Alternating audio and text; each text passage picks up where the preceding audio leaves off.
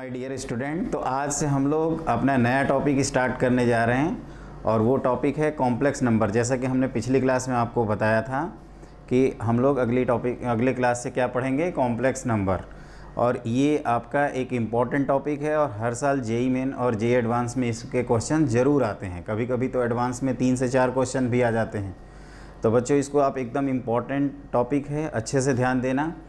और हमारे पुराने स्टूडेंट भी जो नहीं पढ़े हैं इस टॉपिक को वो ज़रूर पढ़ लें, उनके लिए ये मैसेज है। और सबसे इम्पॉर्टेंट चीज़ कि ये एक नया सेक्शन है जो हमारे जो कन्वेंशनल अलजेब्रा है उससे थोड़ा सा हट के है। इसमें ज्योमेट्री का एक इम्पॉर्टेंट रोल होता है। बेसिक ज्योमेट्री आप सब लोगों को पता है, अगर बाई चांस किसी को नहीं पता है तो हम जहाँ भी ज्योमेट्री यूज होगी उसको मैं एक एक करके क्लियर करते चलूँगा। तो इसमें जो पहली हेडिंग है वो आपको लिखना है। आप हेडिंग लिखो, सबसे पहले तो टॉपिक का नाम लिखिए नोटबुक में और पहली हेडिंग लिखो आयोटा।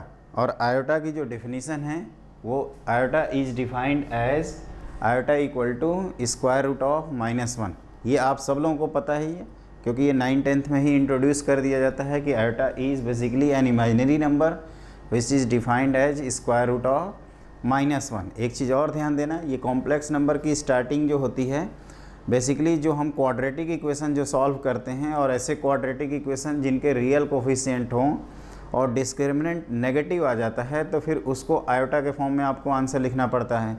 तो ये वहीं से स्टार्ट होता है। जब हमारा डिस्क्रिमिनेंट नेगेटिव हो जाए तो उस समय कॉम्प्लेक्स रूट आते हैं इन case of real coefficients of quadratic. तो ये वहीं से स्टार्ट होता है। जैसे स्क्वायर रूट ऑफ -3 को आप लोगों को पता है square root of 3 multiplied by iota लिखते हैं। तो इसमें पहली डेफिनीशन आप लिखिए, it is defined as square root of -1। अब देखो यहाँ पे क्या होता है कि हम इसका इंटीग्रल पावर करेंगे। तो अगली हेडिंग आप लिखिए positive integral power of iota. In fact हम लोग कोई भी पावर कर सकते हैं, लेकिन एक एक करके, ये स्टार्टिंग है तो हम लोग सिर्फ पॉजिटिव इंटीग्रल पावर करेंगे। तो देखिए आपको आयोटा की वैल्यू दिया हुआ है स्क्वायर रूट ऑफ -1, ये तो डेफिनीशन है। इसके बाद हम क्या करते हैं, दोनों तरफ स्क्वायर कर दें तो ये हो जाएगा आई स्क्वायर इक्वल टू -1। आप इसको सिंपली आई भी बोल सकते हैं, वैसे प्रोनाउंस किया जाता है इसको आयोटा। अगर आई क्यूब की बात करें, आयोटा क्यूब, तो this is iota square times I. और आयोटा स्क्वायर आपका -1 है तो -1 मल्टीप्लाइड बाई आई, ये हो जाएगा आपका आयोटा माइनस आयोटा। और iota to the power 4 iota square into iota square, तो which is -1 multiplied by -1 which is equal to +1। अगर हम आई की पावर 5 करते हैं तो this is equal to iota to the power 4 times iota, तो ये आ जाएगा आपका आयोटा के equal. I to the power 6 करेंगे तो दिस इज़ आई की power 4 multiplied by i square which is -1। I iota की पावर 7 करोगे तो सिमिलरली आ जाएगा माइनस आयोटा। और आयोटा की पावर 8 करेंगे तो ये आ जाएगा आयोटा की पावर 4 इंटू आयोटा की power 4 which is equal to 1। तो एक चीज़ आप नोटिस करेंगे कि इसकी जो पावर है वो 4 के इंटरवल के बाद रिपीट हो जाती है।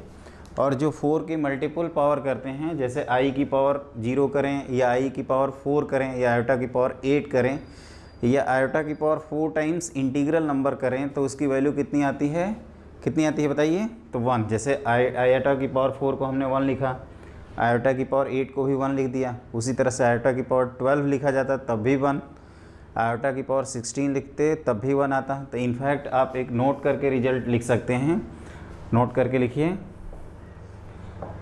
आपका आयोटा की पावर 4m, इसकी वैल्यू हमेशा होती है 1। आयोटा की पावर 4 का मल्टीपल +1, ये आपका आयोटा के इक्वल होता है। आयोटा की पावर 4 का मल्टीपल +2, ये किसके इक्वल होगा, -1 के। और आयोटा की पावर 4 का मल्टीपल +3, ये आपका इक्वल हो जाता है माइनस टाइम्स आयोटा। और m कोई भी होल नंबर हो सकता है, बिकॉज m अगर होल नंबर है तो इसकी मिनिमम वैल्यू कितनी आएगी, होल नंबर मतलब ऑल पॉजिटिव इंटीजर इंक्लूडिंग 0। तो अगर m की वैल्यू 0 रखेंगे तो आयोटा की पावर 0 इज़ 1, आयोटा की power 1 is I, iota square -1 और आयोटा क्यूब माइनस आयोटा। अगर आप m की वैल्यू 1 लेंगे तो ये क्या हो जाएगा, आयोटा की पावर 4। तो ये सारे नंबर्स आपको 1 बाई 1 मिलते जाएंगे। एक चीज़ और ध्यान दीजिए, ये चारों कंजुगेटिव इंटीजर्स का जो कंजुगेटिव पावर का जो सम है वो कितना है, तो एक बार सब लोग निकालो। Sum of 4 conjugative power of iota, sum of 4 conjugative power, 4 conjugative integral power in fact of iota, इसको एज ए रिजल्ट के तौर पे याद रखिएगा।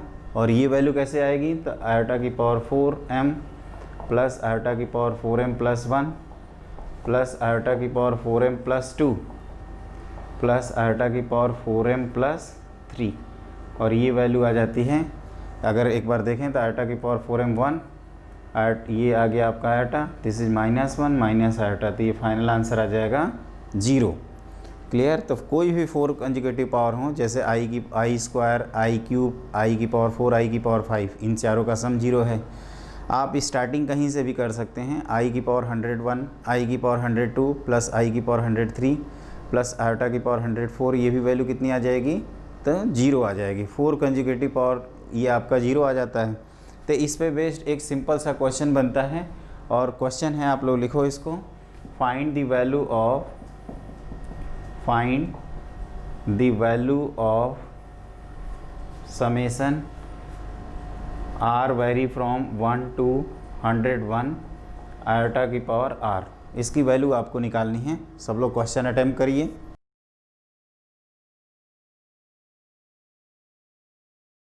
आई होप क्वेश्चन सब लोगों ने अटेम्प्ट कर लिया होगा। ये सिग्मा के बारे में आप सब लोग जानते हैं हम लोग कि क्या होता है, सिग्मा मीन्स समेसन, और इसकी जो लोअर लिमिट है वो 1 और अपर लिमिट है 101। तो इसको हम लोग क्या करेंगे, सिंपली ओपन कर देंगे। तो इसको सॉल्व करने का जो मेथड है, पहले तो इस समेसन को ऐसे लिख दिया जाए, r very from 1 to 101 iota की पावर r। अगर हम सिग्मा को ओपन करते हैं तो r की वैल्यू कहाँ से कहाँ तक लिखेंगे, तो 1 से लेकर 101 तक।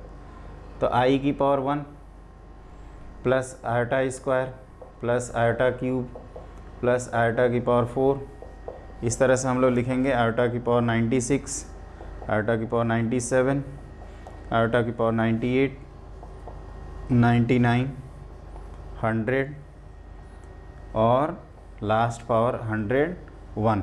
एक बार चेक कर लेते हैं, ये हम लोग 1 से स्टार्ट किए, 1 2 3 4 और कहाँ तक लिखे, 101 तक। जैसा कि मैंने अभी बताया कि अगर ये 4 का कंजुगेटिव पावर का सम लिखें तो ये वैल्यू कितनी आ जाती है, 0।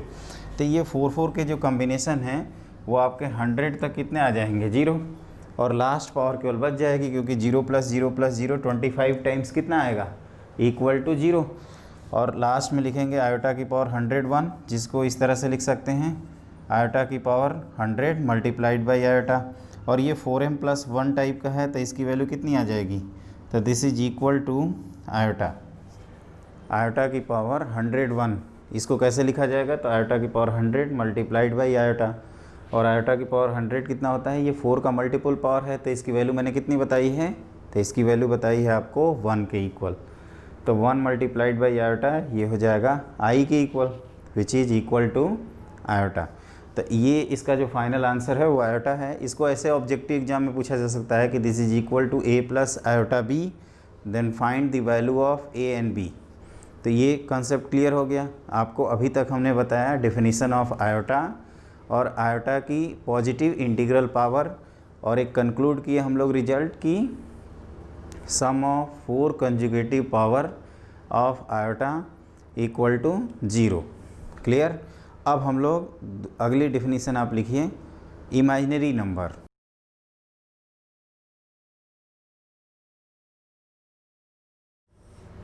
इमेजिनरी नंबर बेसिकली क्या होता है, इसके बारे में लिखो, the square root of a negative real number is known as imaginary number.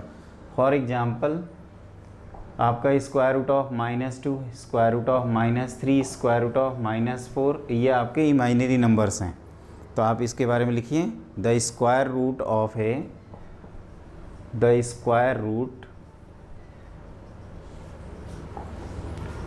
A negative real number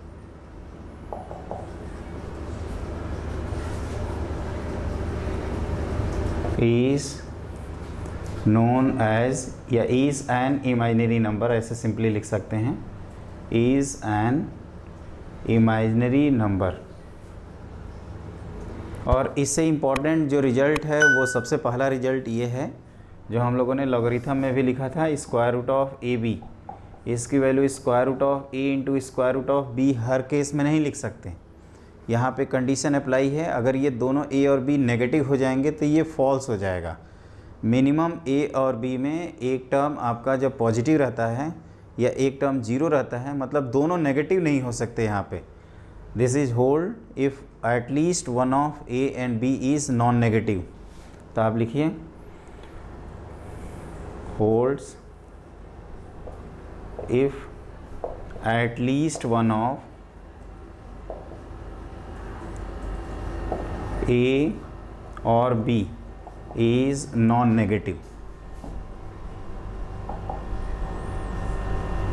अब देखिए इसकी इम्पोर्टेंस क्या है। तो फॉर एग्जांपल अगर आपको स्क्वायर रूट ऑफ -2 लिखना है, ध्यान से देखिएगा सब लोग, तो ये square root of -1 multiplied by इसको ऐसे लिख सकते हैं 2। एक टर्म है आपका -1, एक टर्म है आपका 2, तो इसको हम लोग स्प्लिट कर सकते हैं बिकॉज यहाँ पे मिनिमम एक आपका क्या है, पॉजिटिव है। तो ये लिखा हमने बताया था कि अगर दोनों नेगेटिव होते हैं तब आप स्प्लिट नहीं कर सकते। वो क्यों नहीं कर सकते उसको भी एक्सप्लेन करेंगे, लेकिन सबसे पहले इसको देखते हैं। तो -1 मल्टीप्लाइड बाई ये square root of -1 multiplied by square root of 2, और इसकी वैल्यू क्या लिखते हैं, आयोटा। तो दिस इज़ आयोटा टाइम्स √2, या इसको ऐसे भी लिख सकते हैं √2 टाइम्स आयोटा। उसी तरह से स्क्वायर रूट ऑफ अगर -4 है तो इसको हम लोग लिख सकते हैं -1 मल्टीप्लाइड बाई 4, और फिर यहाँ पे भी मिनिमम एक आपका पॉजिटिव है तो इस तरह से लिखा जा सकता है। और दिस इज़ 2 और square root of -1 is iota. एक चीज़ ध्यान रखिएगा, हम ये कह रहे थे कि नेगेटिव के केस में ये कॉन्सेप्ट गलत हो जाएगा, बिकॉज अगर स्क्वायर रूट ऑफ 6 है तो नो डाउट हम लोग इसको square root of -2 multiplied by -3 लिख सकते हैं। लेकिन अगर मान लीजिए इस फैक्ट का ध्यान नहीं देते हैं तो ये इसके बाद हो जाएगा square root of -2 into square root of -3। और जिस लॉजिक से हमने आपको स्क्वायर रूट ऑफ -2 के बारे में बताया था, iota √2 and this is iota √3, तो आयोटा स्क्वायर तो ये आ जाएगा आपका -√6। हम कहाँ पॉजिटिव नंबर से चले थे और कहाँ पहुँच गए, नेगेटिव नंबर पे। एक पॉजिटिव और एक नेगेटिव नंबर लाइन के दो अलग अलग साइड में होते हैं, तो हमें पता है कि वो इक्वल कभी नहीं हो सकते। तो these term are not equal, तो इसमें इसका मतलब कहीं ना कहीं हमने किसी स्टेप पे मिस्टेक किया हुआ है, और वो मिस्टेक कहाँ है, तो वो यहाँ है। ये जो हमने स्प्लिट किया है square root of -2 multiplied by square root of -2 multiplied by -3 को, जो ये मैंने अलग अलग लिखा है, यहीं पे गलत हो गया। क्योंकि ये जो फॉर्मूला है बच्चों, ये ध्यान रखना, ये तभी होल्ड करता है जब ए और बी में से मिनिमम एक नॉन नेगेटिव हो। मतलब कि अगर ये दोनों नेगेटिव हो गए तो ये फेल कर जाएगा। क्यों फेल करेगा उसको मैंने यहाँ पे एक्सप्लेन कर दिया कि अगर आप नहीं ध्यान रखोगे तो फिर क्या होगा कि दो अलग अलग नंबर्स को भी हम लोग इक्वल कर देंगे, तो ये होती है मिस्टेक। और नेगेटिव इमेजिनरी नंबर क्या है, तो square root of a negative real number, और for example square root of -2 -3 square root of -4, और इसको आयोटा के फॉर्म में लिखते हैं। अब आपका रियल और इमेजिनरी के ही कॉम्बिनेशन से जो अपना टॉपिक है वो डिफ़ाइन होता है, और वो है कॉम्प्लेक्स नंबर। तो अगली हेडिंग आप लिखिए complex number.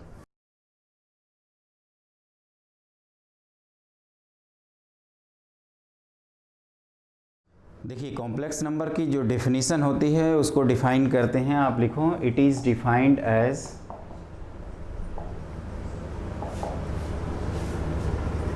z equal to a plus iota b। कैसे डिफ़ाइन करते हैं, z equal to a plus iota b, जहाँ पे a जो है, ये जो नंबर है a और b, ये दोनों रियल नंबर हैं, और iota basically square root of क्या है, -1। तो एक चीज़ ध्यान रखिएगा, ये z equal to a plus b, और a को कहते हैं हम लोग रियल पार्ट ऑफ z, और b को कहा जाता है इमेजिनरी पार्ट ऑफ z। आप इसको प्रॉपर लिखना चाहें तो लिख सकते हैं complex number is defined as z equal to a plus iota b, where a, b belongs to real number and iota equal to square root of -1। A को हम लोग कहते हैं real part of z, real part of z, और इसको denote किया जाता है a equal to simply real part of z को इस तरह से लिखते हैं आर ई ब्रैकेट में जेड, इसको पढ़ते हैं a is real part of z. और जो बी है ये अपना इमाइनरी पार्ट है, this is equal to imaginary part of z. एक चीज़ ध्यान रखिएगा, इसमें इमाइनरी पार्ट मतलब आयोटा बी को नहीं बोलते हैं, सिर्फ आयोटा का जो कोफिशिएंट है उसको बोला जाता है। और रियल पार्ट और इमाइनरी पार्ट किसी भी कॉम्प्लेक्स नंबर के आपके रियल होंगे, अदरवाइज़ हम उसको कॉम्प्लेक्स नहीं कहेंगे। किसी भी कॉम्प्लेक्स नंबर को आप a प्लस आयोटा b के फॉर्म में लिख सकते हैं, जहाँ पे a आपका रियल और b भी रियल है और आयोटा स्क्वायर रूट ऑफ -1 है। इसका एक ज्योमेट्रिकल इंटरप्रिटेशन भी होता है, जैसे b को अब लिखा जाएगा इमाइनरी पार्ट ऑफ z, इस तरह से सिंपल नोटेशन होता है। और इसमें एक इम्पॉर्टेंट चीज़ ध्यान रखिएगा कि जैसे हम लोग नंबर लाइन पे रियल नंबर को प्लेस कर लेते हैं -∞ से +∞ in increasing order from left to right. जैसे आपको 2 और 5 नंबर लाइन पे दिखाना होता है तो आप एक नंबर लाइन ड्रॉ करते हैं, फिर एक तरफ 2 और उसके राइट साइड में 5 दिखा देते हैं। सिमिलरली जो कॉम्प्लेक्स नंबर होते हैं उनको रिप्रेजेंट करने का एक तरीका होता है, और वो आपको जिस प्लेन में रिप्रेजेंट किए जाते हैं उस प्लेन को कहते हैं हम लोग कॉम्प्लेक्स प्लेन या आर्गेंट प्लेन। और कॉम्प्लेक्स नंबर बेसिकली पॉइंट होते हैं, एक पॉइंट का रिप्रेजेंटेशन है। आप नोट करके इसको लिखिए geometrically.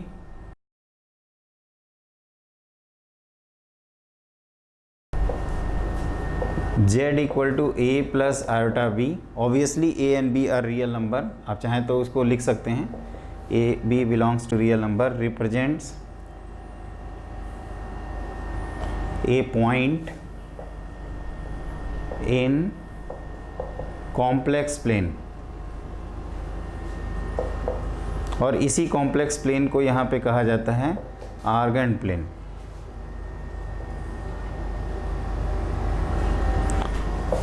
whose coordinates are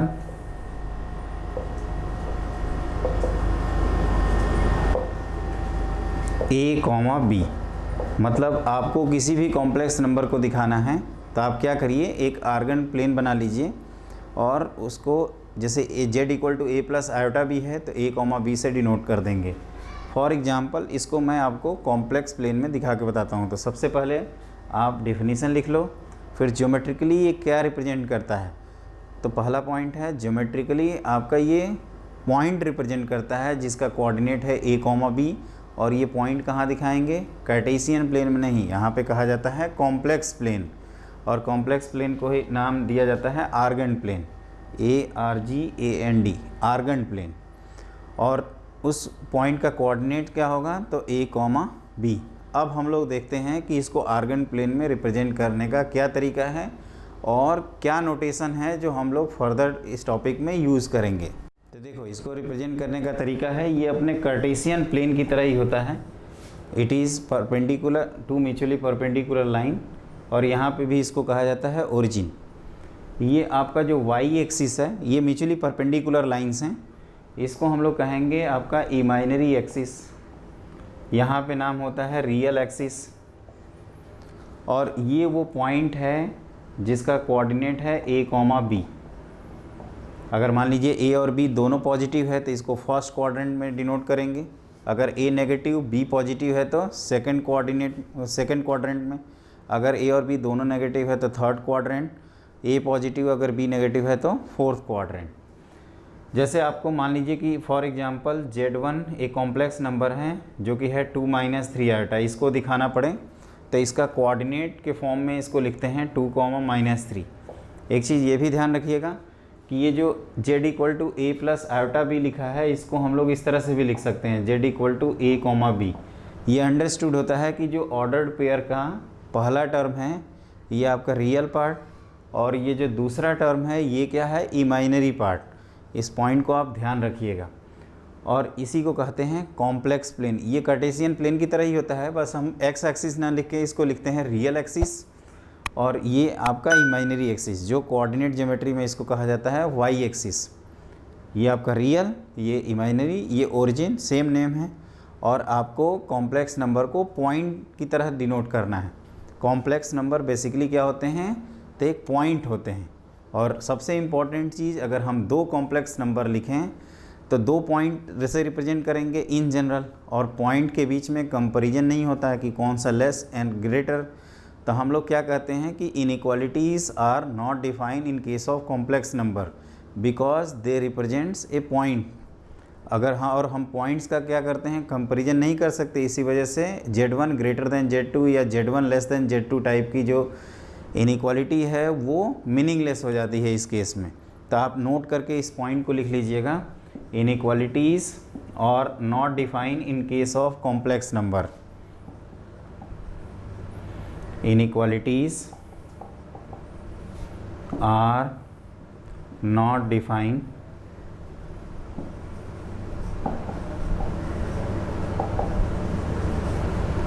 in case of complex number।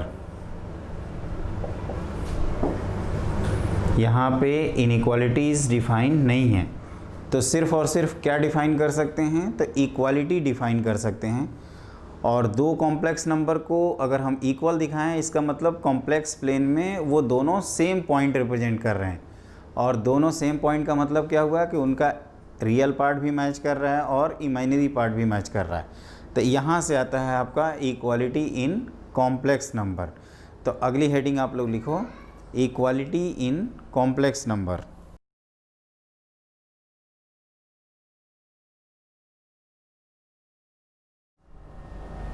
आपके ये देखिए, इक्वालिटी इन कॉम्प्लेक्स नंबर में लिखो, let Z1 equal to A plus iota B and Z2 equal to C plus iota D, जहाँ पे A, B, C, D आपके real number हैं और आयोटा आपका स्क्वायर रूट ऑफ -1 है।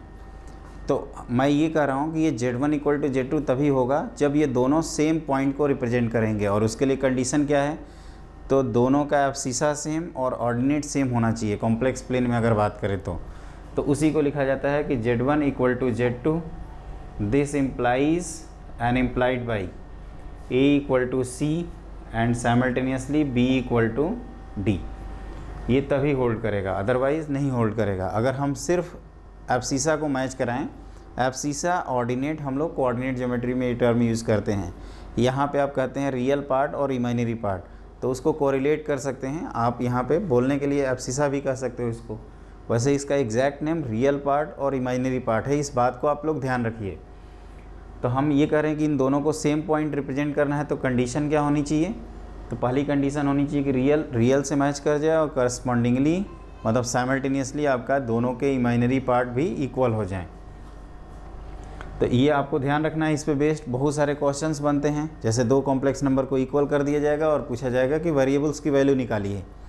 तो two complex numbers are equal when their real and imaginary part are simultaneously equal. इस point को आपको ध्यान रखना है ना। अभी हम कुछ क्वेश्चंस कराएंगे तो उसमें आपका और कंसेप्ट क्लियर होगा। एक चीज़ और ध्यान रखिए कि जैसे हमने Z की वैल्यू लिखा था कॉम्प्लेक्स नंबर में A प्लस आयोटा B, जहाँ पे A और B आपके क्या हैं, रियल नंबर्स हैं। तो यहाँ पे बेसिकली क्या होता है कि कॉम्प्लेक्स नंबर पॉइंट्स होते हैं। और हमने आप एक बार ध्यान से देखो तो x एक्सिस की जगह पर रियल एक्सिस लिखा हुआ था और y एक्सिस की जगह पर इमेजिनरी एक्सिस।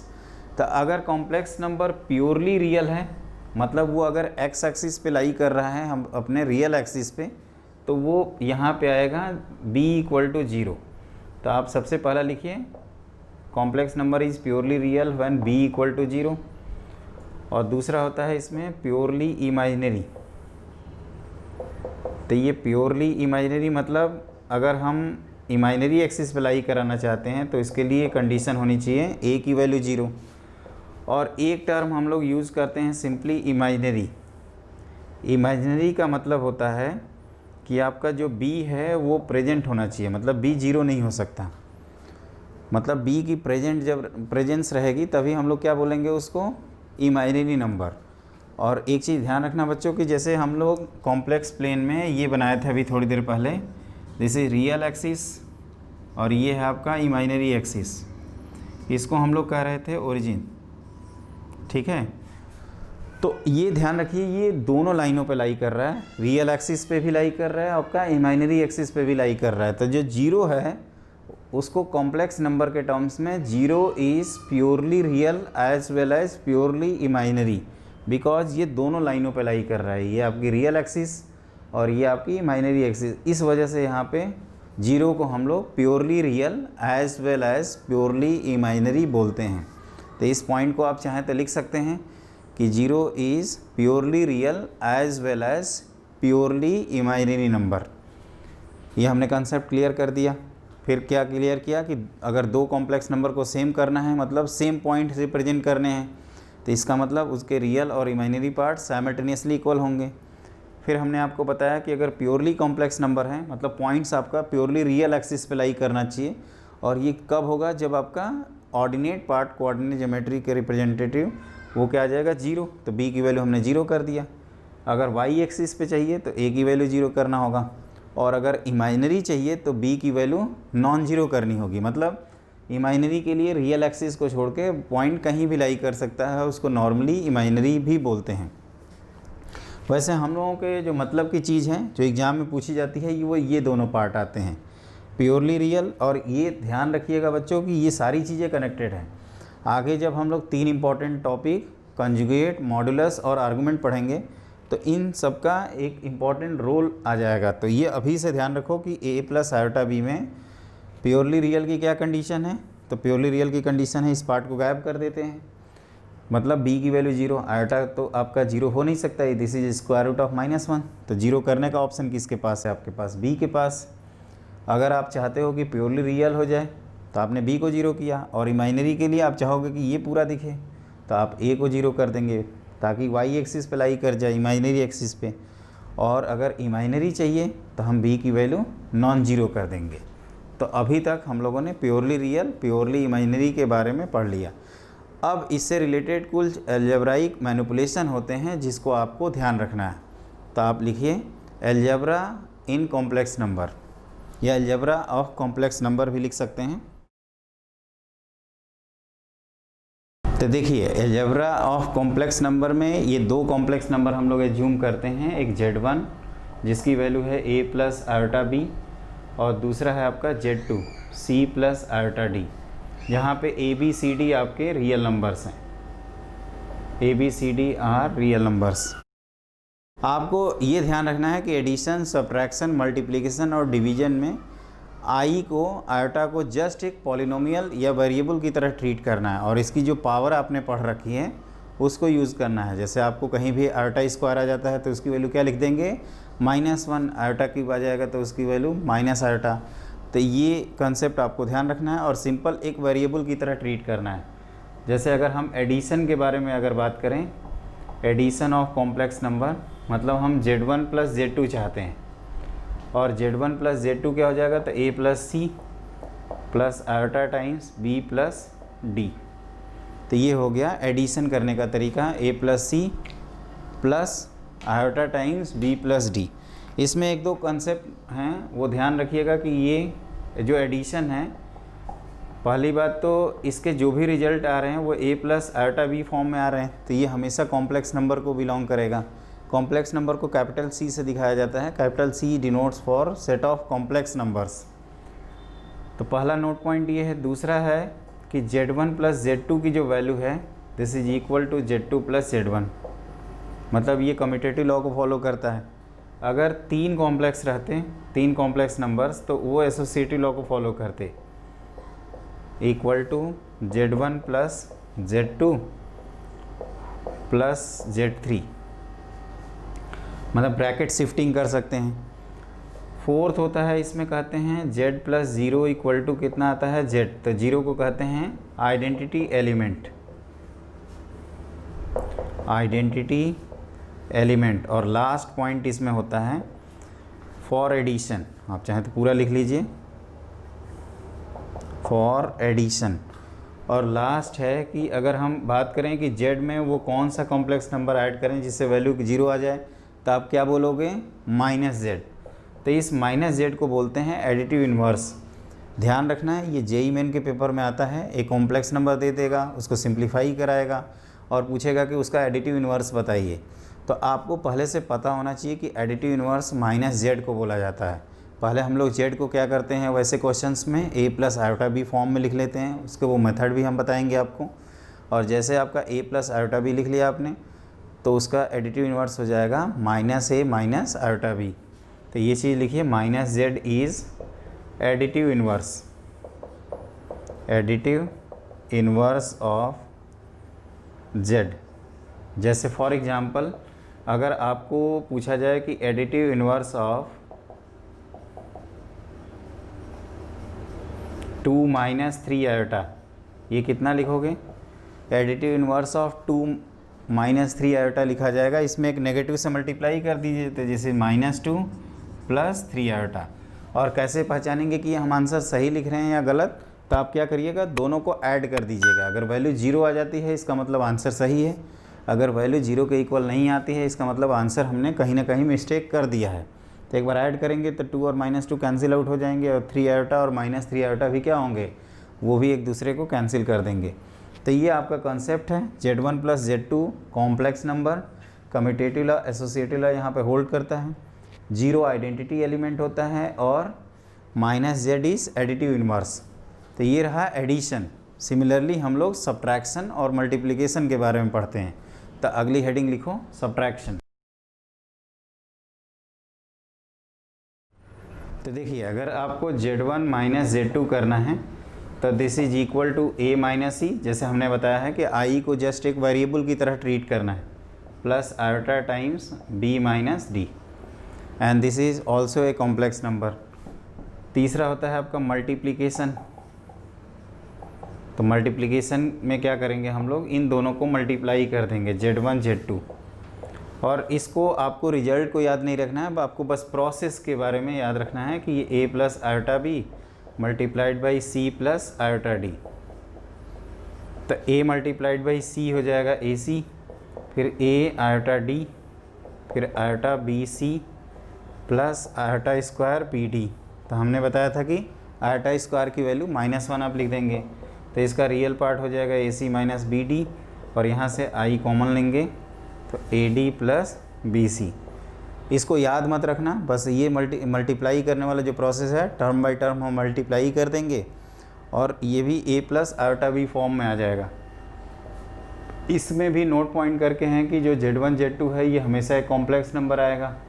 दूसरा है कि Z1 Z2 की वैल्यू Z2 Z1 के इक्वल होगी, कम्यूटेटिव लॉ। एसोसिएटिव लॉ भी होल्ड करता है। एसोसिएटिव लॉ का इंपॉर्टेंस ये होता है, एसोसिएटिव लॉ बेसिकली पढ़ते हैं हम लोग ब्रैकेट शिफ्टिंग के लिए, मतलब फर्स्ट कौन है, सेकंड कौन है, थर्ड कौन है, वो ऑर्डर डिफाइन करने के लिए। मैट्रिक्स मल्टीप्लिकेशन जैसे हम लोग पढ़े थे कि एसोसिएटिव लॉ फॉलो करता है लेकिन कम्यूटेटिव लॉ फॉलो नहीं करता। कम्यूटेटिव लॉ ऑर्डर के लिए होता है, एसोसिएटिव लॉ ब्रैकेट शिफ्टिंग होती है। अगर कोई ऑपरेशन एसोसिएटिव लॉ फॉलो करता है इसका मतलब हम ब्रैकेट शिफ्टिंग कर सकते हैं, और अगर कोई ऑपरेशन एसोसिएटिव लॉ फॉलो नहीं करता है इसका मतलब हम ब्रैकेट शिफ्टिंग नहीं कर सकते। जैसे सब्ट्रैक्शन आपका एसोसिएटिव लॉ फॉलो नहीं करता, तो ब्रैकेट 3 नंबर्स हैं और उसका सब्ट्रैक्शन किया गया है, तो आपको ब्रैकेट का ध्यान रखना होगा। ये होता है एसोसिएटिव लॉ का मतलब। फिर फोर्थ नंबर इसमें होता है कि 1 आपका आइडेंटिटी एलिमेंट है, और फिफ्थ होता है कि अगर फॉर, फिफ्थ को लिखिए, for non zero complex number Z, for non zero complex number Z,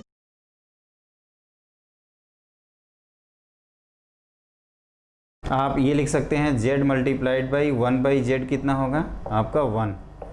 और यहाँ से ये 1/Z क्या होता है, एडिटिव इन्वर्स की तरह यहाँ पे बोलते हैं 1/Z को multiplicative inverse.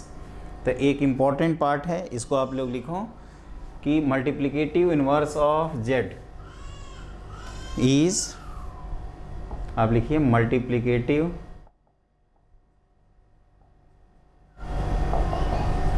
Inverse of Z is 1/Z, और इम्पॉर्टेंट है कि ये Z not equal to 0। Clear?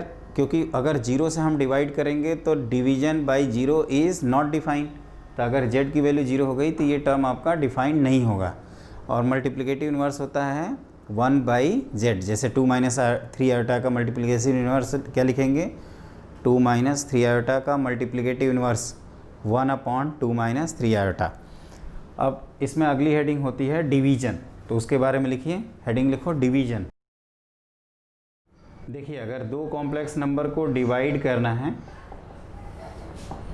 मतलब z1/z2, तो ये लिखेंगे a + आयोटा b, जैसे कि हमने z1 z2 कंसीडर किया था, और c + आयोटा d। ये आपका a + आयोटा b फॉर्मेट में नहीं है, तो उसके लिए क्या करते हैं कि हम लोग जो नीचे वाला डिनोमिनेटर है इसके कंजुगेट से ऊपर नीचे मल्टीप्लाई करते हैं। तो a + iota b multiplied by c - iota d whole divided by c + iota d times c - iota d। अब ये कंजुगेट क्या होता है, ये अपना अगला हेडिंग है, कंजुगेट इन कॉम्प्लेक्स नंबर। और ये आप मल्टीप्लाई करोगे तो आएगा ac + b times d plus iota times bc - ad whole divided by c² + d²। तो इसको ध्यान से देखोगे तो ac + bd whole divided by c² + d² plus iota times bc - ad whole divided by c² + d²। तो ये भी आप कह सकते हो कि बेसिकली क्या है, कॉम्प्लेक्स नंबर ही है। तो हम लोगों ने एडिशन, सब्ट्रैक्शन, मल्टीप्लिकेशन और डिवीजन, ये हमने जस्ट एक प्रोसेस बताया है। आपको क्या करना है, सिर्फ मेथड याद रखना है और आयोटा को जस्ट एक वेरिएबल की तरह ट्रीट करना है। जहाँ भी आयोटा स्क्वायर आए उसकी वैल्यू आप क्या लिखेंगे, -1। आयोटा क्यूब की वैल्यू क्या लिखोगे, माइनस आयोटा। आयोटा की पावर 4 कहीं आ जाता है मल्टीप्लाई करते समय तो उसकी वैल्यू +1 लिखेंगे। और एडिशन, सब्ट्रैक्शन, मल्टीप्लिकेशन और डिवीजन, इसमें दो इम्पॉर्टेंट पॉइंट थे। एक हमने बताया आपका पॉजिटिव रियल और real, purely real and purely imaginary. और दूसरा पॉइंट जो हमने लिखवाया है आपको वो एडिटिव इन्वर्स और मल्टीप्लिकेटिव इन्वर्स। तो बताओ एडिटिव इन्वर्स ऑफ z क्या बोलोगे, तो -z, मतलब additive inverse of z is -z और multiplicative inverse of z = 1/z। तो इस पॉइंट को आप ध्यान रखिएगा। फॉर एग्ज़ाम्पल अगर आपको ये पूछा जाए कि मल्टीप्लिकेटिव इन्वर्स ऑफ